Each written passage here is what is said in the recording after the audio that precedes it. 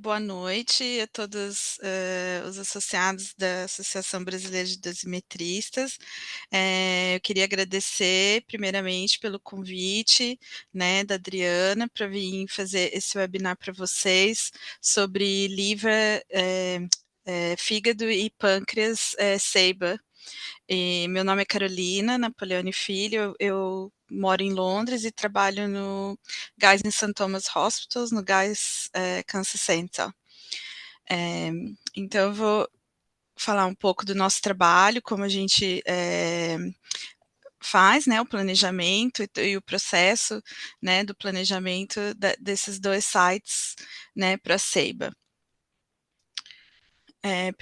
Primeiramente, eu queria agradecer, são duas colegas minhas, né, a Vânia e a Letícia, elas me ajudaram muito no processo todo, né, de implementação do Pancreas SEIBA no nosso departamento, e a Letícia também participou de alguns planejamentos de fígado e tudo, então todo esse trabalho que eu vou mostrar para vocês tem bastante participação delas também. Então, o que a gente vai falar hoje? Assim, meus slides estão em inglês, mas eu acho que também ajuda vocês aí a treinar um pouquinho de inglês, né? Mas se alguém tiver alguma dúvida e tudo, quiser tradução, tudo depois de alguma coisa que não está muito claro, depois a Adriana pode me passar as suas dúvidas, assim, em termos de tradução, tá bom? Então, o que a gente vai falar Carol, nessa... só falar Oi? uma coisa. Você quer colocar no modo apresentação? Que está aparecendo o seu slide menor do lado. Ah, tá, eu pensei que estava já, desculpa. Não, sem É, problema. é,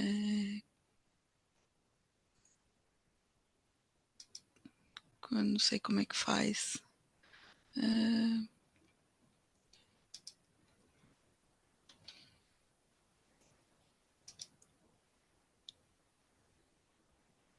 será que é esse? Assim? Isso aí. Ah, então tá. Desculpa, gente. Aqui é a falta de prática. É, então, o primeiro assunto,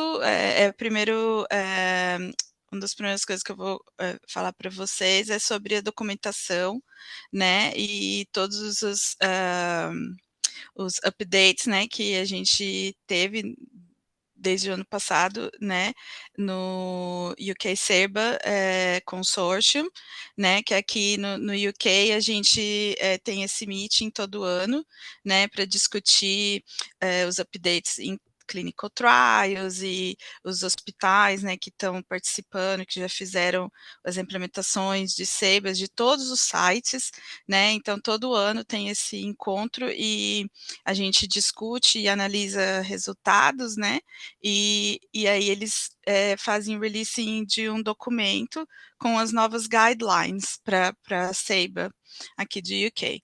Então, aqui que tem esses dois documentos, né, o consensus, né, que o último artigo publicado foi em 2022, né, com as novas guidelines para a SEIBA e updates em dos gradients e things lá, né, na hora do planejamento, como fazer a avaliação do plano. Como também documentos internacionais e tudo que a gente tem que levar em consideração também. O processo, né, o plano e processo, todo o processo desde do pre-treatment até o treatment delivery, e para esses dois sites. Então, como eu já estava falando, aqui tem um link, né, do documento de 2019 e depois do update em 2022, que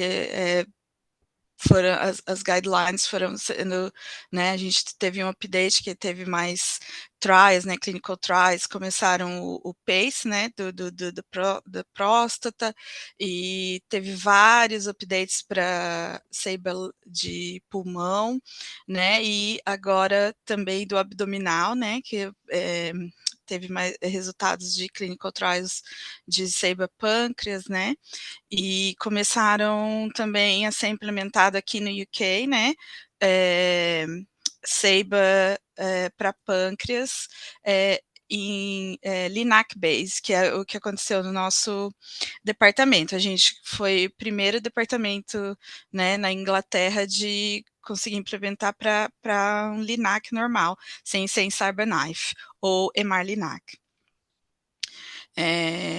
A gente também tem que levar em consideração as national guidelines aqui, né, sem ser do UK SABLE Consortium, mas a gente também tem as nossas, aqui no UK, a National Radiotherapy Guidelines, que a gente tem que seguir, né, e tem outros programas também de commissioning e todo. Ups, desculpa, gente. E tem do NHS também, né? Todas as guidelines. E aqui tem os links para vocês depois desses documentos. Aqui é o UK Consensus de 2022, né? E o principal update também foi da Oligomet SABA, né? Que agora está assim, muita gente já está implementando e fazendo, né, em todos os departamentos. A gente está conseguindo bastante data, né, para analisar tudo isso, então tá sendo muito bom, porque até nesse último encontro que teve, foi muita discussão disso, né? Tanto da inteligência artificial, o uso, né, da automatização do SABA, né? Como também do futuro do SABA. Então, que a gente tem que pensar que cada vez mais as pessoas vão viver mais, né? E vai ter a reirradiação, né? Então, vai ter muito, assim, a pessoa já teve câncer na próstata, depois vai ter câncer no pulmão, vai ter. E essa pessoa vai viver e a gente vai tratando e a gente vai ter que lidar com todas, né, analisar toda essa reirradiação e ver que esse paciente vai voltar muitas vezes para fazer o tratamento, né, de várias outras, pode ser primário ou metástases, né. Então, foi muita discussão sobre isso, foi muito interessante. E também aqui os documentos internacionais, né? Aqui eu pus os principais aqui, que esses documentos têm que ser lidos, têm que ser estudados. Se você vai fazer dosimetria de SABA ou vai tratar, vai estar envolvido no processo, né, do SABA, você tem que estar integrado com esses documentos, porque eles são muito importantes e te dão muita informação, né, como planejar e como lidar com o paciente que vai receber esse tratamento. Então, o planejamento começa, né, para SABA abdominal, né, de fígado e pâncreas, começa um pouco antes, porque esses pacientes, eles vão ter que receber o fiducials, né, eles vão ter que receber, ser colocado antes deles virem para o primeiro scan, né, o scan de planejamento, a tomografia de planejamento. Então, na clínica, quando o médico já toma contato com esse paciente, né, ele já vai ter que planejar tudo isso antes de o paciente chegar no departamento para fazer a tomografia. E então, no pré-tratamento, a gente tem que considerar a imobilização. Esses pacientes recebem contraste. Para pâncreas, oral e intravenoso, e para fígado, só intravenoso. E para pâncreas também tem o fasting, né, que é o jejum. O paciente tem que ter toda essa preparação, né, no nosso departamento eles têm eles vêm antes, aí tem toda uma conversa, né, explicando tudo que a pessoa vai ter que fazer, porque tem que parar de comer 2 horas antes, no dia anterior também, para o que vai comer, porque senão forma muito gás, né, no abdômen, e se essa pessoa precisar do abdominal compress, é bem desconfortável. Então, tem toda uma informação, né, que vai ter que ser passado para esse paciente, conversado, explicado certinho para a gente conseguir uma boa imagem, né, porque é uma das coisas cruciais no SEIBA, por ser um tratamento super preciso, né, e com a dose muito alta por fração, então a gente precisa ter uma imagem de qualidade. No nosso departamento, a gente tem esse documento que chama Motion Managed Document, para cada site tem todo um resumo assim de como a gente vai manejar essa motion, né, do paciente, por exemplo, se vai ser o scan com EEBA, End of Expiration Breath Hold, ou se a pessoa vai ter que receber o abdominal compress. Então tem todo um esquema assim já resumido nesse documento para a gente poder seguir.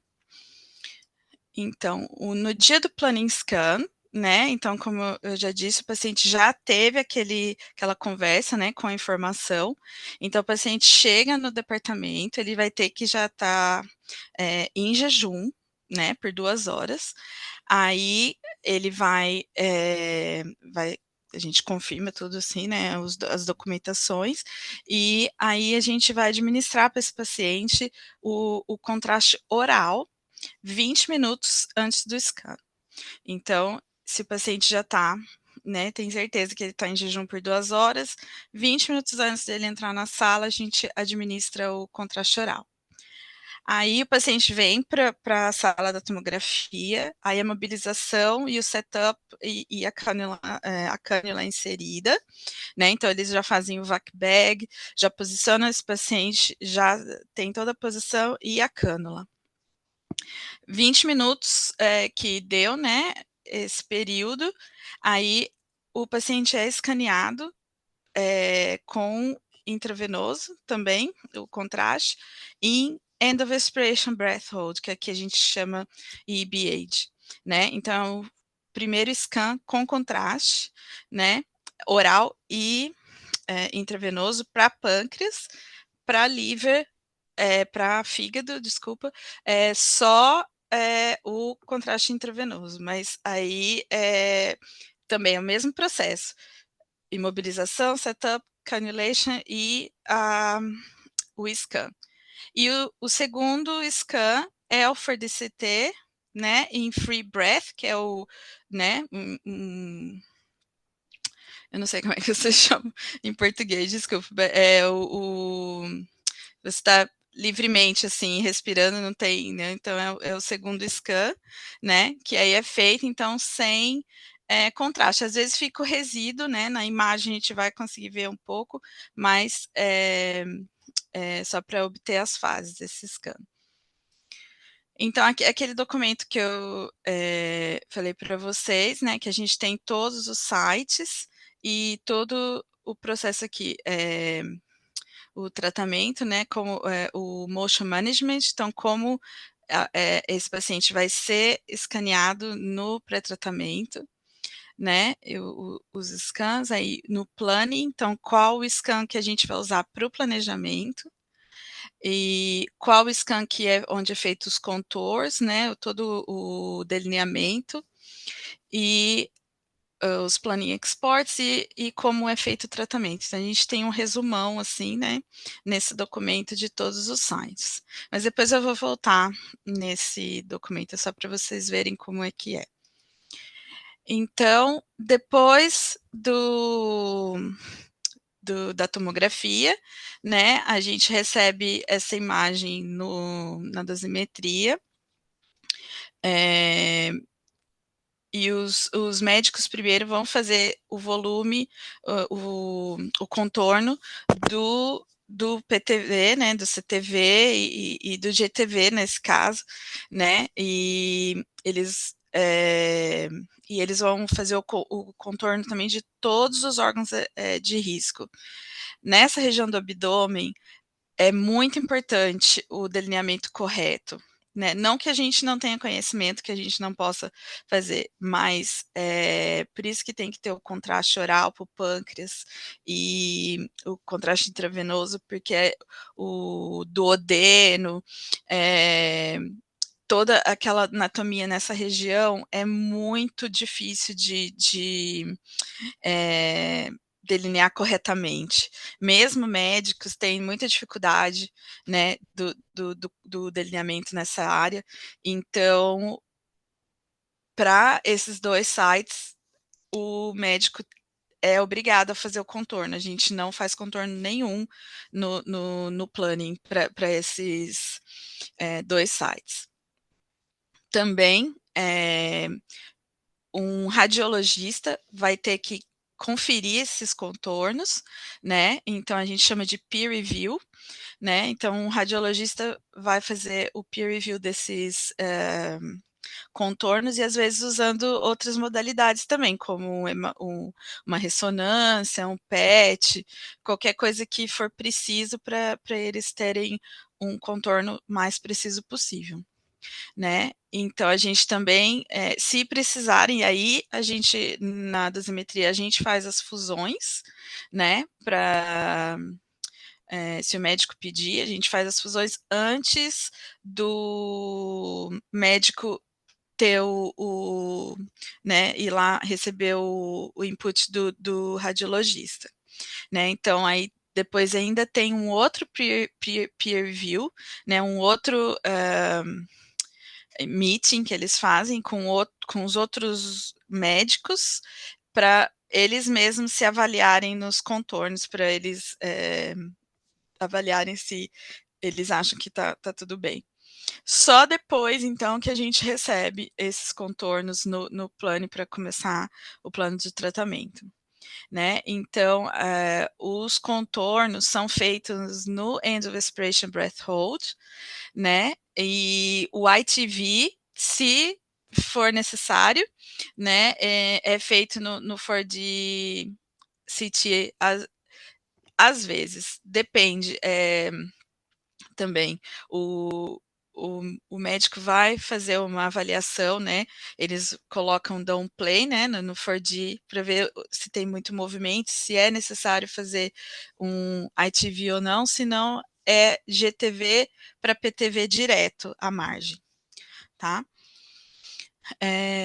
Então aqui, né, que nem eu falei, da margem de 5 milímetros, né? E que nem eu disse, se vai de GTV para PTV ou se precisar fazer um ITV, né? Aí é de ITV para PTV, de 5 milímetros. A prescrição, né, para o fígado, aqui tem esse quadrinho aqui embaixo, né? E pode começar de 50 a 30. Mas que nem daqui a pouco eu vou falar sobre isso mais um pouco, que a dose, a average, a média, a dose média, né, para o fígado, ela é mandatória. Então a gente tem que do fígado menos PTV, né? Então a gente tem que, ela é mandatória. A gente tem que conseguir essas doses. Então, a prescrição vai depender do quanto a gente vai conseguir, né, adquirir durante o plano essas doses médias. Então, o médico pode começar a prescrever com 50, mas acabar entregando, né, o plano a gente vai conseguir só com 40. Então, a gente vai tentando, se não consegue, a gente abaixa a prescrição e vai abaixando de 5 em 5 grays, né, até aqui tem aqui o resumo, então a gente reduz para 45 e faz uma avaliação, né, de se a gente está conseguindo essa dose ou não.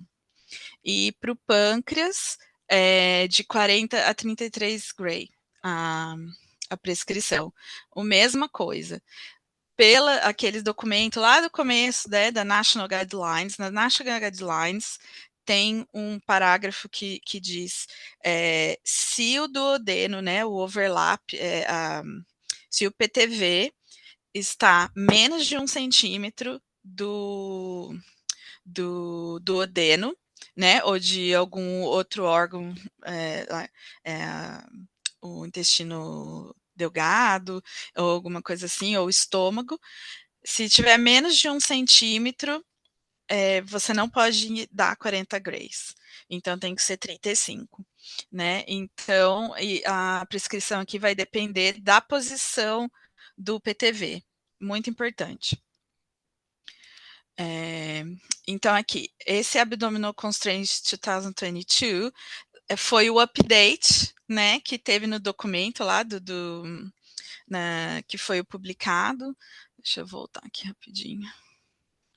Nesse daqui, né, esse aqui, nesse artigo, esses Abdominal Constraints, eles foram publicados naquele artigo, né, que o estômago, o intestino delgado e o duodeno, né, eles foram racionalizados agora. Então, esse constraint foi removido, né, e agora esse que é o novo óptimo. E para o liver, né, para o fígado, também foram adicionados esses cold constraints, né, e que o mean liver, né, a média, é mandatório agora, né? Então, se você tiver mais de uma lesão, né, você tem que usar 5 frações, né? Então, todos esses updates aqui foram adicionados no documento em 2022 e são muito importantes e a gente tem que seguir agora, tá? E o, o tratamento mesmo, né, no LINAC, como é feito. Então, a gente tem como é que eu vou chamar?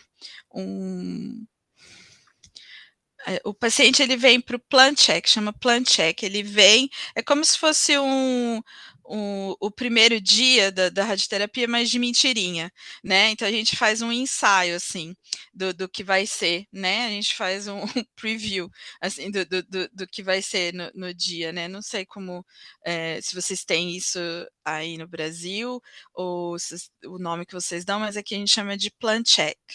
Né? Então, o paciente ele vem como se fosse o primeiro dia da radioterapia. Aí a gente vai posicionar o paciente, então ele vem também em jejum, né? E ele vai também 20 minutos antes tomar, mas aí não toma o contraste, ele toma água, mas na mesma quantidade que foi tomada no pré-tratamento. Então, 20 minutos antes, ele vai tomar a mesma quantidade de água, né, que tomou no dia do pré-tratamento, é tudo para a gente tentar, né, o estômago, tudo ter a mesma quantidade de líquido que tinha no dia da, da, da tomografia. Né? Aí o paciente vai ser posicionado, quando der 20 minutos, aí o paciente é posicionado, a gente faz as imagens, né?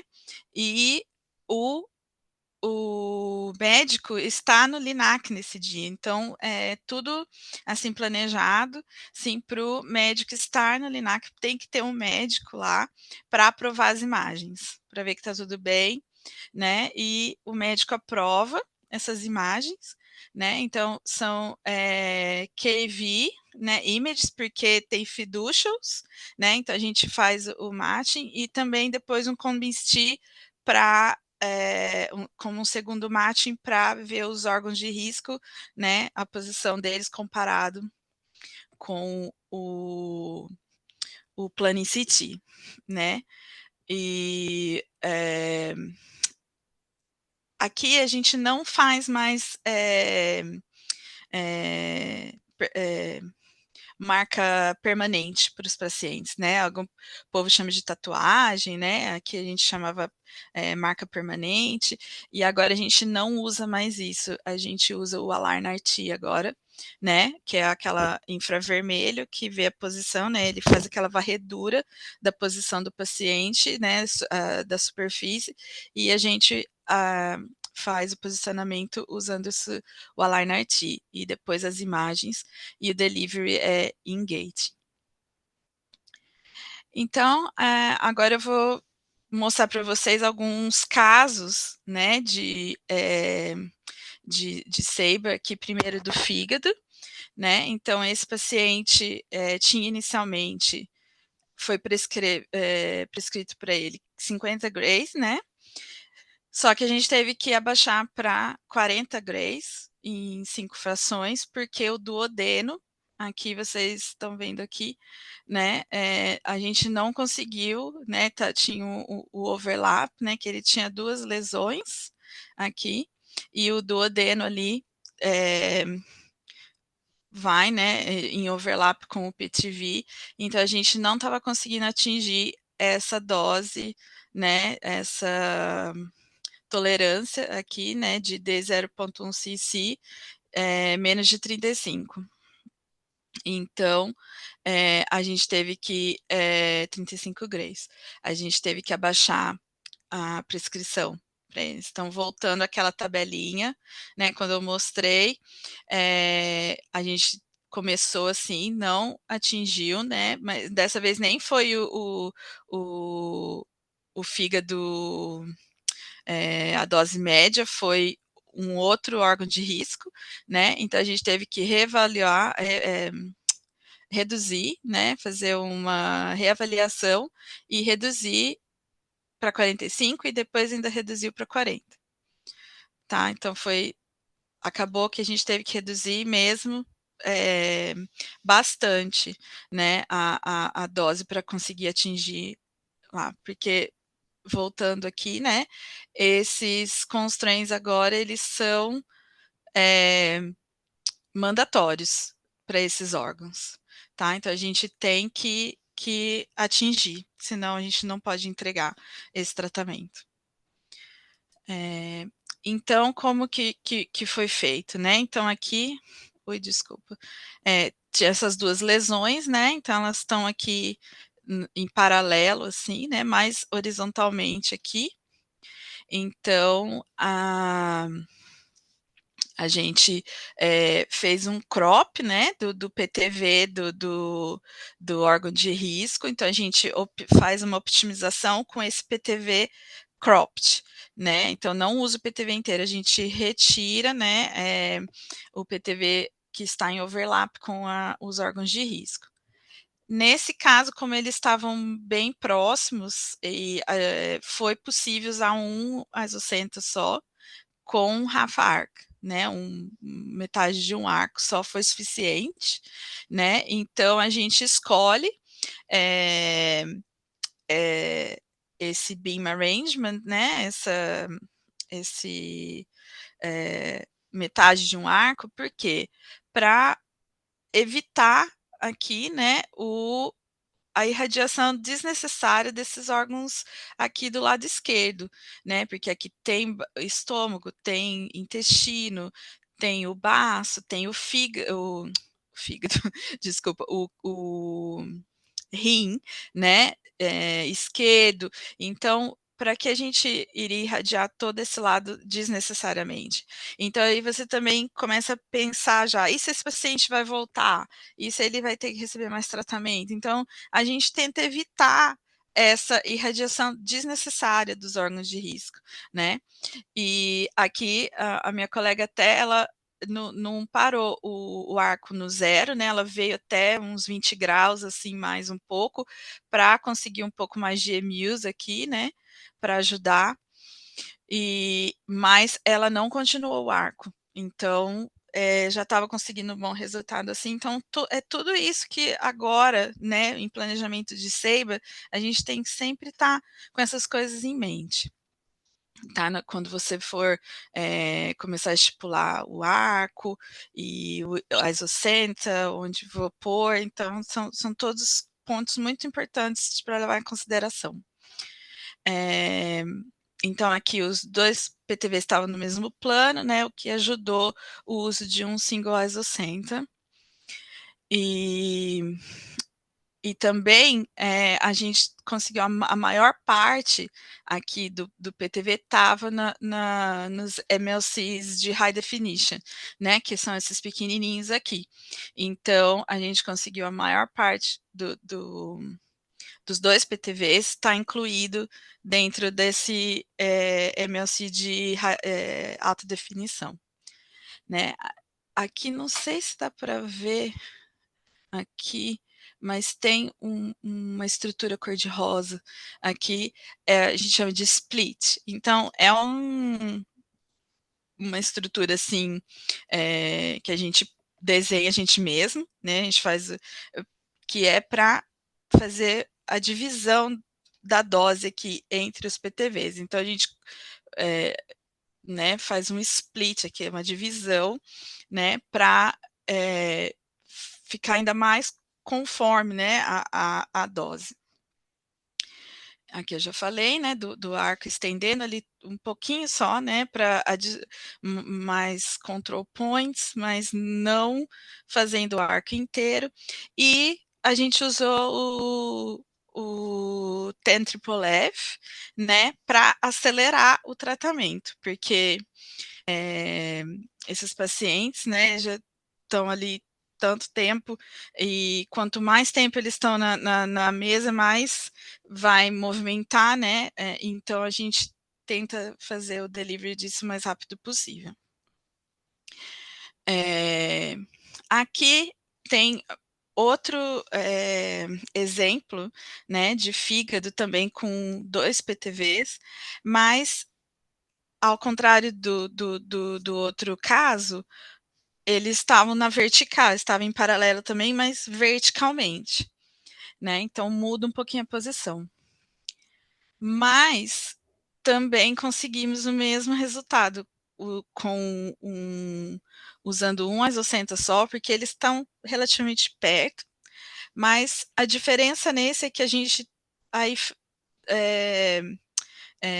girou o collimator, né, o colimador, para que os MLCs viessem na vertical e fizessem aquele split para a gente sem precisar a gente ter que fazer o split manualmente. Então, o próprio MLC aqui, né, ele já fazia esse split, né? Então, mais uma ideia aí, né, uma coisa quando você se deparar com uma situação dessa, é uma coisa que você pode fazer para fazer essa dose bem conforme aqui no volume.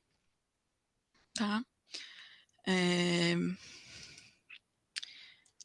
Aqui foi um outro caso, né? Uma lesão só, mas era uma lesão bem superior no fígado, era bem mesmo superior, que começa a ter um overlap aí com o pulmão, né? Então, uma coisa só que a gente tem que lembrar que quando tem pulmão, tem que ser 6FFF, a gente não pode, porque senão a diferença aqui, né, de tissues, dos tecidos, né, de um tecido denso, de repente é ar, e depois tecido denso de novo, a dose, a diferença ali é muito rápida, né?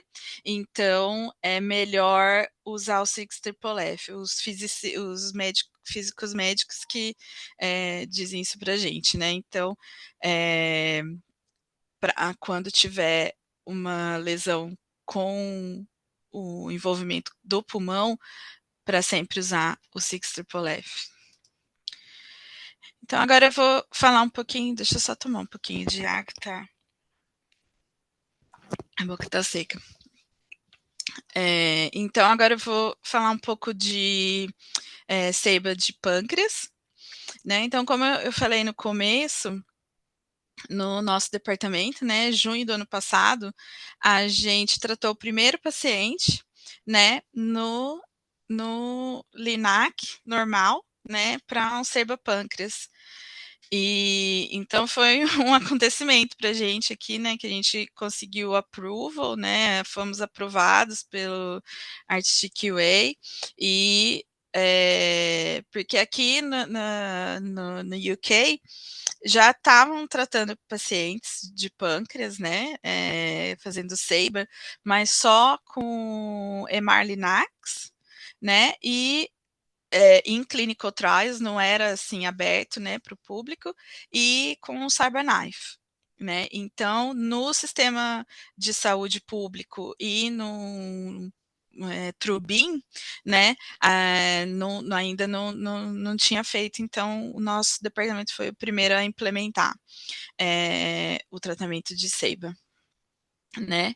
Então, na verdade, eu tinha que fazer o update aqui desse slide. Já são 6 pacientes agora, né, desde o ano passado, então a gente já adicionou mais 2 aqui, né, e como eu já tinha explicado antes, né, a posição, né, do PTV que vai determinar a dose para ser dada nesses pacientes. Então, porque os órgãos de risco, as tolerâncias dos órgãos de risco, é que vão determinar a dose para esse plano, tá? Não adianta querer dar 40 se está muito perto e tudo, não vamos conseguir, porque a gente não vai conseguir atingir as tolerâncias determinadas nos documentos, nos protocolos que a gente tem que seguir.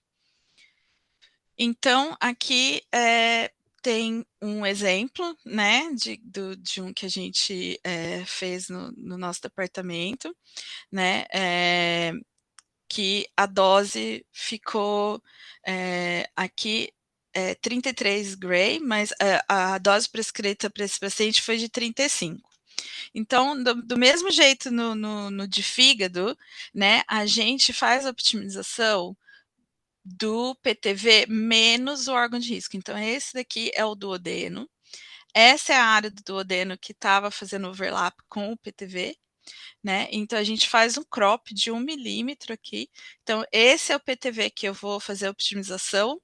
E esse overlap a gente chama de PTV high e PTV low, né? Então é o high and low, né? O high que a dose é maior e o low com a dose menor.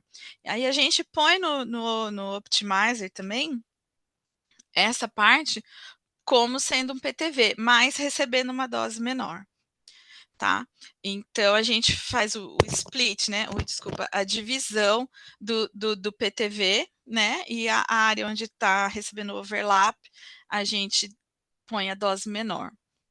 Então, para esses tratamentos, você pode fazer 2 metade de arcos ou 2 arcos inteiros. Aí vai ter que considerar do volume e como você vai estar, né, a posição e tudo. Então, tem tumores na cabeça do pâncreas e tem, porque o pâncreas é uma estrutura assim elongada, né? Então, às vezes, se o tumor é na cabeça do pâncreas, como esse que está aqui, eles vão ser mais redondinhos e mais, né, perto do duodeno. Se eles estão mais para o corpo, né, do pâncreas, então às vezes a gente vai ter um pouco mais de flexibilidade no que a gente pode fazer, né? Então esse conceito aqui de fazer esse split, né, e essa divisão e dar uma dose maior na maioria do PTV e na área de overlap menos dose é chamada Concept of Unhomogeneous PTV Dose, né? Então esse conceito e também está nas National Guidelines aqui nos nossos documentos. Então, a gente foi desenvolvendo nossos protocolos de acordo com o UK SEBA Consortium, né, Guidelines, e da National Guidelines também. Então, porque esse é o único jeito, às vezes, de conseguir atingir a dose de tolerância para esses órgãos de risco. A gente também adiciona, então, depois que você fez o plano, né, a gente pode converter a dose em a isodose numa estrutura, né, no Eclipse, eu não sei, é assim que chama, né, convert dose to structure. Agora, em outros planning systems, eu não sei como é que chama essa função, mas você pode converter a isodose, né, numa estrutura. Então, aí a gente faz 30, 33 e 35 grays isodose structures, e para os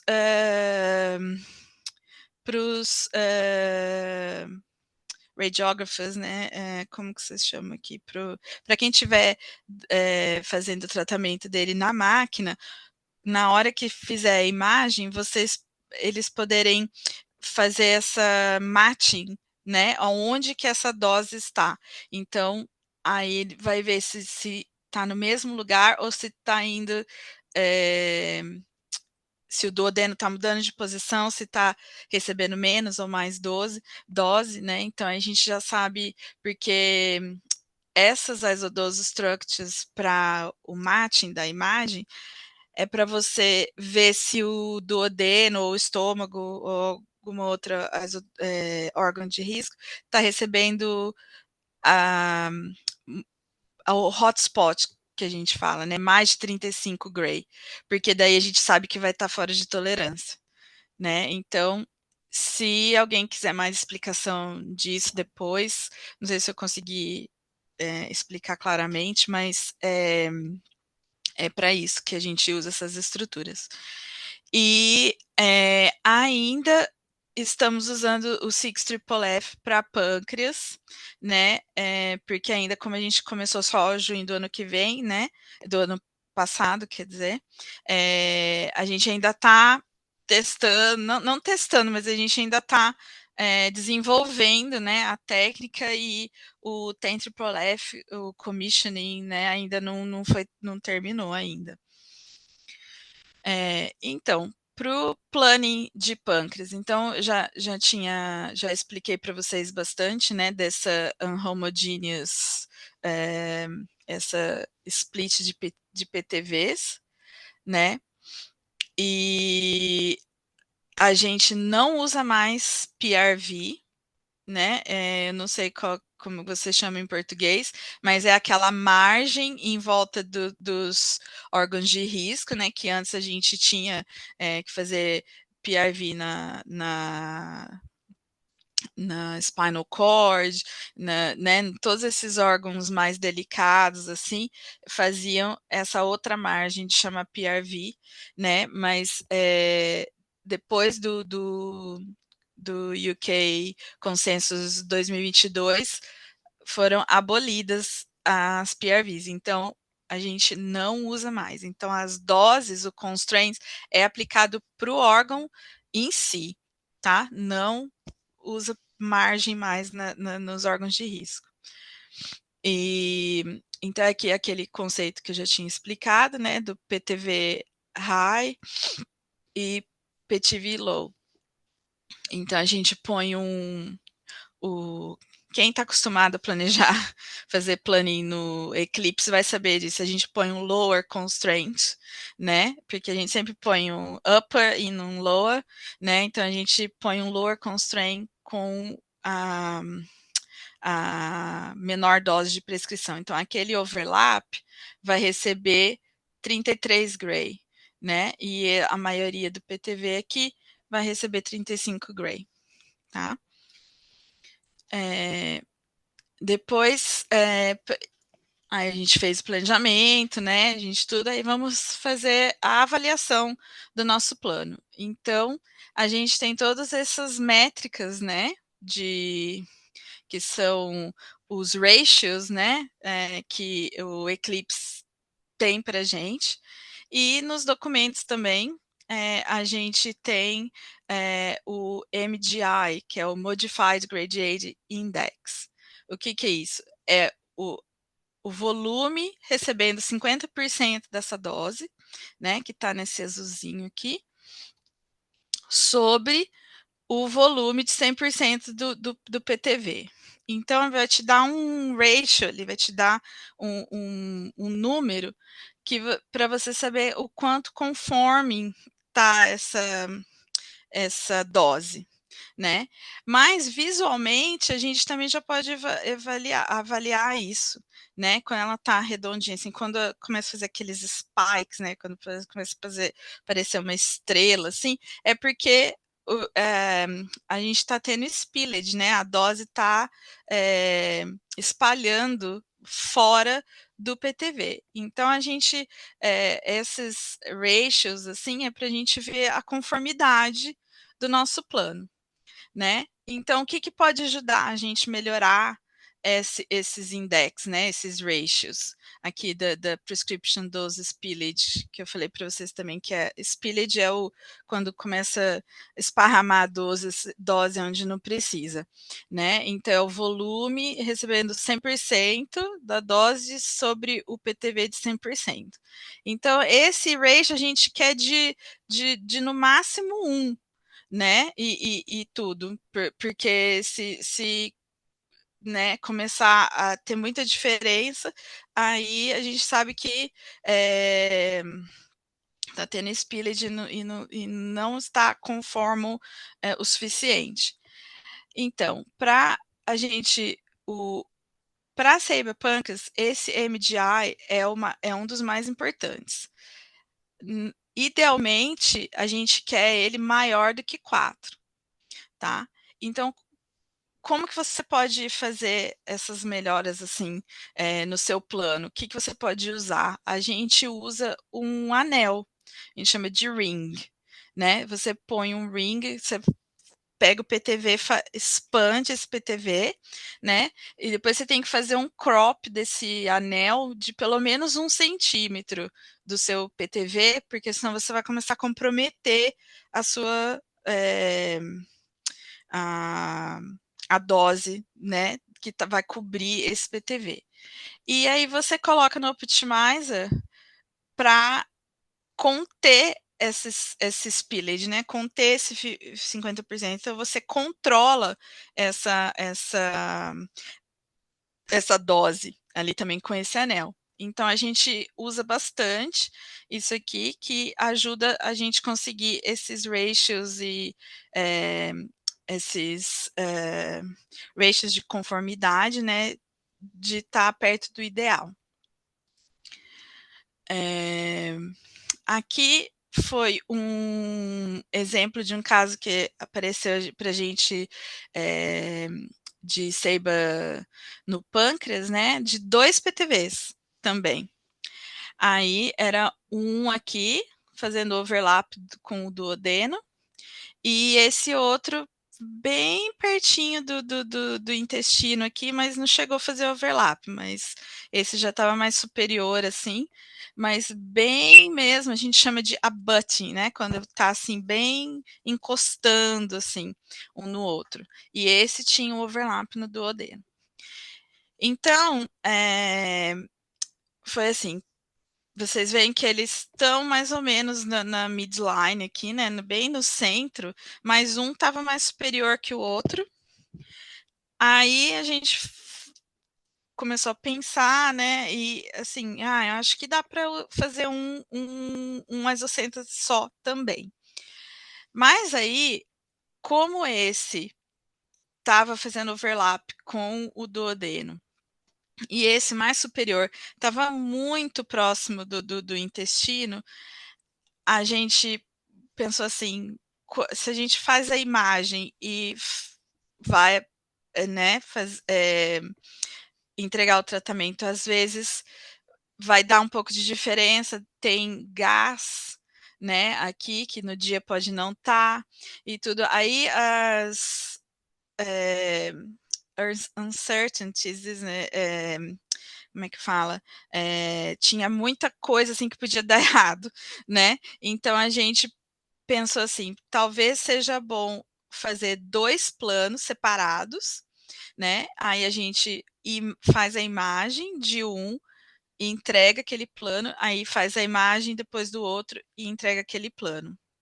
Porque se fosse fazer um isocenta só, ia ter que fazer um full arc, né, um arco inteiro. Então, se a gente fazer a divisão em 2 planos, vai ser cada metade do arco, né? Que no final é um arco só, mas a gente tem mais controle da imagem, né? A gente tem mais controle da posição, né? Desse PTV na hora de entregar o plano. Então, isso que foi decidido. Quando nessa situação, a gente fez 2 planos separados, né? Aí depois você tem que fazer a soma desses planos e conferir se ainda você está em tolerância, né? Então, foi trabalhoso, porque a gente teve que fazer esse primeiro. E também a médica ela começou com 40 grays para os dois, né?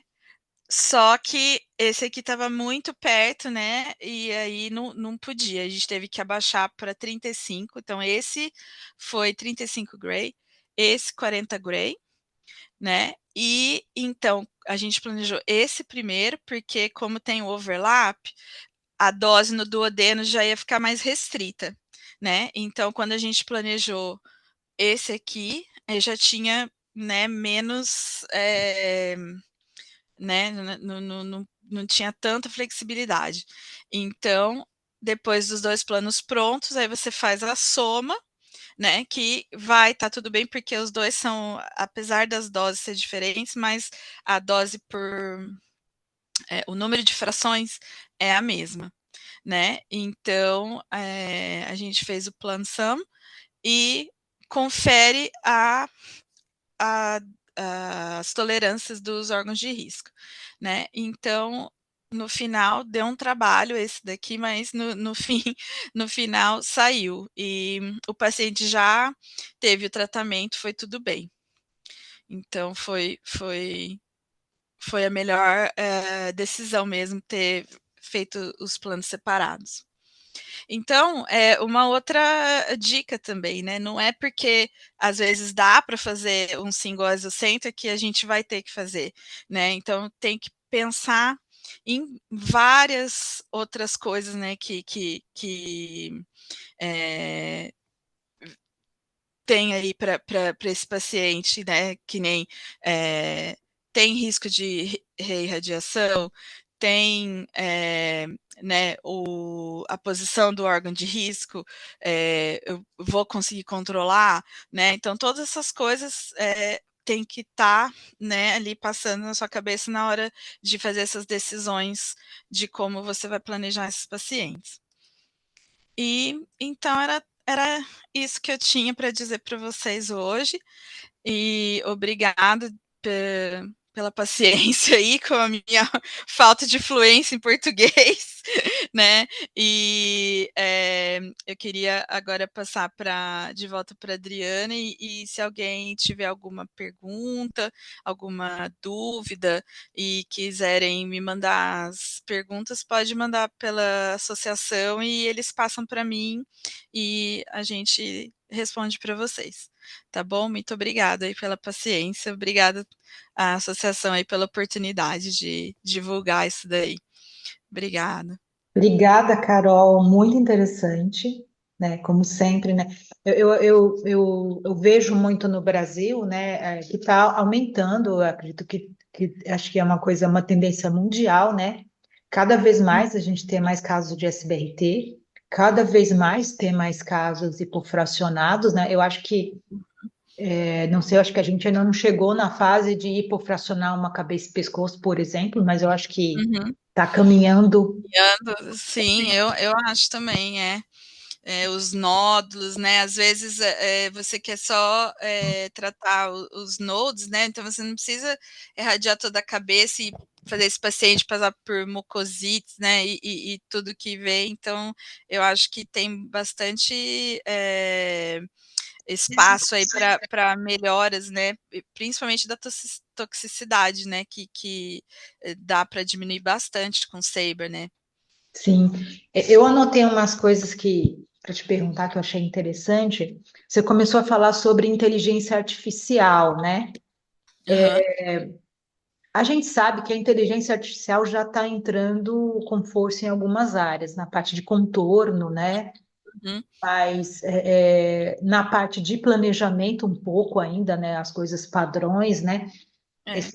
Eu tenho uma opinião e eu queria saber a sua, porque você esteve lá e o Uhum. povo o pessoal deve ter comentado coisas, né, que eles estão E, pensando. Assim, sim, sim. ao meu ver, assim, por enquanto, eu vejo que a radioterapia é uma área, principalmente quando a gente fala em radiocirurgia, em SBRT, uma área que a gente tem que ter um cuidado redobrado, uma minuciosidade redobrada. Até quando você falou de abdômen, né? Abdômen é uma área que movimenta muito, que a Sim. fusão tem que ser, você faz a rígida, mas depois você faz a deformável, então assim, e aquilo muda a cada minuto, né? Porque Uhum. os intestinos se mexem. Eu percebo, não sei, né? A minha opinião, da primeira parte dessa pergunta, né? Que eu queria que você falasse, assim, a minha opinião é em relação a contorno, que eu acho que assim, que existe essa parte da inteligência artificial e fazer os contornos automaticamente, mas sempre vai precisar daquele olhar humano Uhum. corrigindo as coisas e checando se aquilo é aquilo mesmo. Eu não Certo. sei se a gente no futuro vai chegar num ponto de olhar e falar assim, não preciso corrigir nada. Não, o que você acha sobre isso? Então, bom, com certeza com as ferramentas que a gente tem hoje, com certeza não podemos deixar elas fazer nada sozinha, né? Pelo amor de Deus. Mas uma coisa que eles falavam bastante nesses, acabei de ir também em outro congresso também, né? O British Imaging Institute, né? Que era mais assim de oncologia em geral, mas foi assim muito, eles bateram muito nessa tecla da inteligência artificial, né? Mas o que eles querem separar é uma coisa, automatização e inteligência artificial, deep learning, né? São coisas diferentes. Então a gente já tem automatização, né? Que nem a MRT mesmo, o Optimizer, ele é uma automatização. A gente não calcula mais as coisas na mão, né? Uhum. E às vezes tem umas ferramentas no Eclipse, em outros sistemas de planejamento que já dão essa automatização para a gente, né? Então, eu acho que para a radioterapia e o que eles estavam falando também, o que vai ajudar a gente, a inteligência artificial, para a gente é mais na automatização das coisas, vai facilitar a nossa vida. Eles já, que nem o Rapid Plan, né? Ele já dá um ponto de partida para você, assim, bem grande, mas ainda precisa de interações, né? Então, eu acho que para a radioterapia, é a minha opinião também, ainda não se pode tirar o elemento humano ainda, mas que a automatização vai ajudar muito e vai melhorar e a tecnologia vai evoluir, vai melhorar bastante, mas nesse presente momento eu ainda não vejo o elemento humano sendo retirado e também mesmo quando o negócio for assim, uau, já tem, né? Já se fala isso de você faz a tomografia e já sai contornado, já sai o Rapid Plan, já sai tudo Um lá, mas clique. então já tem, já se falam disso, né? Mas é aquele negócio, vai servir para todo mundo? Não serve, né? Não, Sempre vai ter alguém com uma anatomia mais challenging, né? Alguém que é algum esse é um caso que não vai desafio, né? servir e tudo. Então, os skills, né, que a gente vai adquirindo com o tempo, vai ajudar a selecionar, a solucionar esses problemas aí, porque é igual a gente faz a imobilização, né? Os aparelhos de mobilização não servem para todo mundo. Tem sempre que a gente fazer uma adaptação, usar a nossa imaginação né, inteligência lá para adaptar para pessoas e tudo, porque é um corpo humano que a gente está tratando, sempre vai ter diferença, né? Você não vai conseguir sempre ser igual para todo mundo, né? Então eu acho que sempre a gente vai ter que usar a nossa imaginação, nossos skills para poder cobrir alguma coisa que a máquina não vai conseguir, né? A máquina vai dar uma ajuda para a gente bem grande, faz o geralzão lá, né? O pão com manteiga, assim, tudo, mas as coisas mais complicadas eu acho que ainda a gente vai ter que fazer mesmo. Eu Eu, vejo assim também uma outra parte assim quando eu falei de contorno, mas quando a gente fala em planejamento, né? Tem alguns planejamentos que são padrão, né? Por uhum, exemplo, uma próstata que você tem a fase de drenagem e a fase só a lesão. É, uhum, tipo, esses casos são muito protocolares, né? A é, gente faz do mesmo jeito, coloca quase os uhum, mesmos constraints, tem alguma diferencinha de anatomia, mas eu uhum, vejo assim, esses casos, por exemplo, de RCP, SBRT na região abdominal, que tá aqueles exemplos mesmo que você passou, muito perto de estruturas, né, que a gente tem que ter um pouco mais de uhum. cuidado. Eu acho que é uma coisa muito mais minuciosa, né? Por mais que o sistema consiga fazer, precisa do nosso Nunca um é toque. igual ao outro. Até agora, todos os pacientes que passaram na minha mão, eu nunca vi um parecido, que nem o próstata, que é bem padronizado, assim, né? É sempre uma coisa mais cabeluda que a outra, que aparece, assim, sabe, para você planejar. Nunca é igual, nunca é igual. E os pacientes também, esses pacientes, eu esqueci de mencionar isso também, que de pâncreas, principalmente, são pacientes muito debilitados, né? Eles estão ali porque eles não aguentariam uma quimioterapia e tudo, né? Então, você tem que ter muito cuidado do jeito que você está planejando, porque você pode ainda prejudicar mais ainda a saúde desse paciente, né? A qualidade de vida e tudo.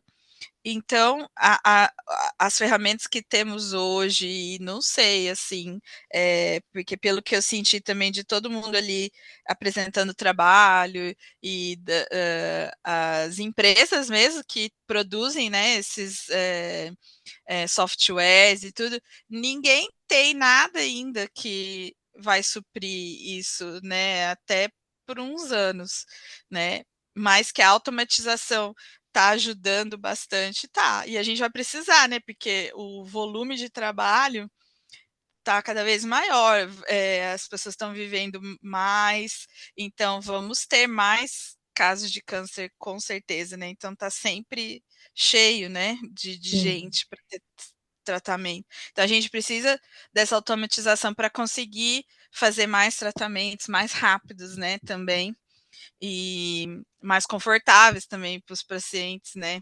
Então, Uma é outra isso. coisa que eu queria te perguntar é, você falou que esse protocolo de SABR para pâncreas, né, Uhum, que vocês estão fazendo no Trubin, né, uhum, vocês antes era mais feito com esse protocolo com pacientes de CyberKnife e não era um uhum, protocolo tão popular para a maioria das pessoas, era uma coisa porque assim, por exemplo, a gente tem no Brasil um lugar que tem CyberKnife e a maioria desses pacientes são particulares. Não é uma uhum, coisa que é disponível para todo mundo. Ou o convênio é um convênio que a gente chama top, né? Tipo assim, uhum, a pessoa paga um convênio particular, não é uma coisa pública, e o convênio dela é aquele convênio mais caro, e uhum, nessas situações muito especiais, esse paciente trata no CyberKnife. E uhum. aí, agora, com relação ao que você falou dos pacientes, como que era feito antes de ter esse protocolo? Como é que você tratava esses pacientes? Então, na verdade, não se tratava, né, pâncreas com radioterapia, né, assim, tratava só eh, o e MRT normal, sem ser Ceiba, né? Então a gente tinha O aquele fracionamento normal. fracionamento normal. Aí, com a pandemia, eles criaram aquele short course, né? Uhum, Pelas circunstâncias da pandemia e tal. Aí viram que 5 frações estava dando resultado com 45 Gray, né? Mas não era Ceiba, era um conformo, né? uhum, MRT normal. E aí começaram os clinical trials, né, para uhum, Ceiba, né, porque você se tá dando bom resultado assim, então se a gente aumentar a dose e tal, aí começaram os trials. Então, aí o paciente que receberam Ceiba, né, para pâncreas, eram dentro desses clinical trials, que era em Oxford, né, uhum, mas eles usavam Linac, Emarlinac.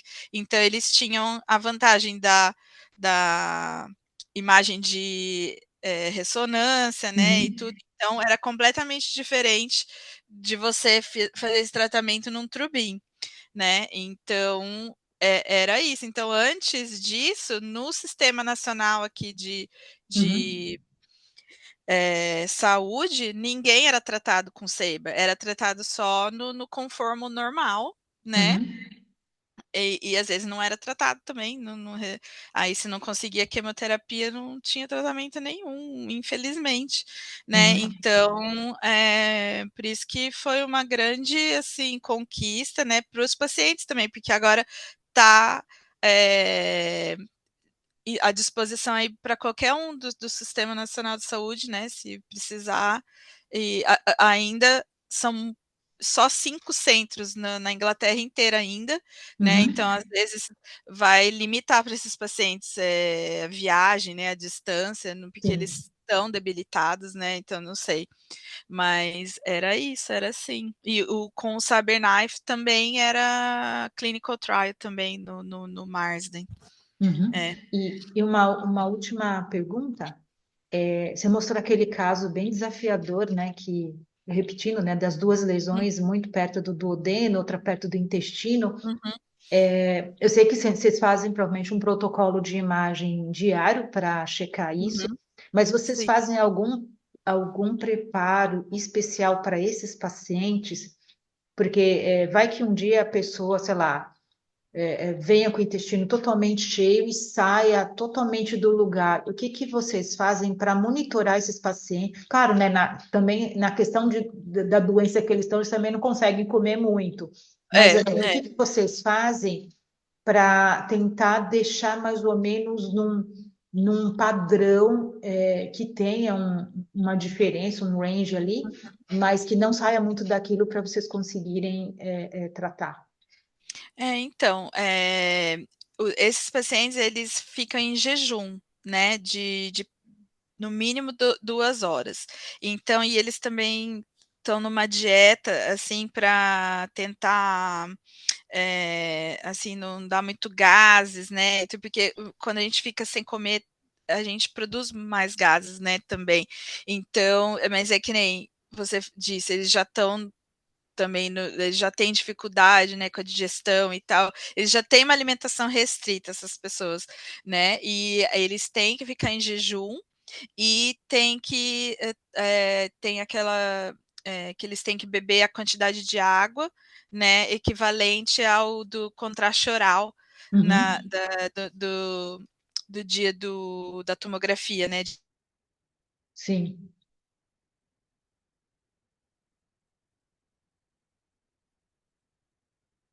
de planejamento.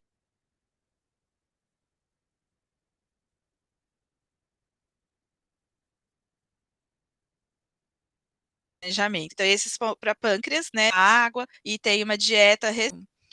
Tá me ouvindo? Ah, e Ouvindo. agora os de fazem a dieta, assim, eles só dão uma dieta, assim, controlada para gases, né, um panfleto, assim, com as explicações, Uhum. mas o de fígado não tem, tanta preparação, mas o de pâncreas sim. É. Beleza. Foram essas as minhas perguntas. Gostei muito. Eu acho que assim é um tema muito propício para o momento, né? Porque a gente está vendo o Uhum. aumento de casos e o quanto também é um tema delicado, né? Porque é uma coisa que dá muito trabalho, é muito É, personalizada, né? Mas é sim, o que a gente cada vez vai ver mais, né? isso. Nos serviços do mundo. Queria É, falar para o pessoal, agradecer você ter aceito o nosso convite. Sempre que quiser, né? A gente sempre vai te chamar, tudo assim, é um prazer te receber. obrigada. Avisar para o pessoal que a gente vai disponibilizar esse vídeo, está disponível no YouTube, e vocês podem fazer as perguntas por lá, que a gente encaminha para a Carol, para ela ver. Ela também sempre também tá olhando as nossas redes também, e pode Isso. mandar as perguntas que ela responde. Obrigada, É. viu? Mais uma vez. Imagina, obrigado vocês aí da oportunidade de a gente poder divulgar e se dividir, né, o conhecimento, né, que é o mais importante, eu acho. A Isso, gente, né, porque a gente tem que sempre pensar no paciente, né, porque essa doença já é, né, tão triste e sim, já acarreta tanta, né, problema, então se a gente conseguir dividir esse conhecimento e fazer o melhor para todo mundo, né, eu acho que é o mais importante, eu sempre penso nisso, a gente tem que, né, pensar no paciente sempre. sim. Então tá. E se, pessoal, se vocês quiserem perguntar alguma outra coisa para ela, vocês podem mandar para os nossos e-mails, para o nosso site, tudo que a gente encaminha para ela.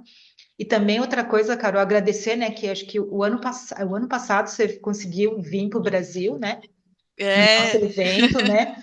A gente espera que em algum momento muito próximo a gente consiga repetir, né, e consiga ter É, você novamente. talvez ano que vem. Esse ano meus pais veio para cá, né, então vieram para cá e eles acabaram de ir embora, então esse ano eu não vou para o Brasil, porque é complicado, né, a gente ir, assim, todo ano, né, mas, o ano que vem eu tenho planos de ir sim, aí se coincidir, aí eu apareço lá de novo. Tipo, muito provavelmente o de 2025 vai ser no primeiro semestre também, Ah, então primeiro semestre então do ano. Tá bom? ai, Obrigada, tá hein? bom então, imagina. Então tá. Tá. Tchau, boa noite. Boa noite. Tchau.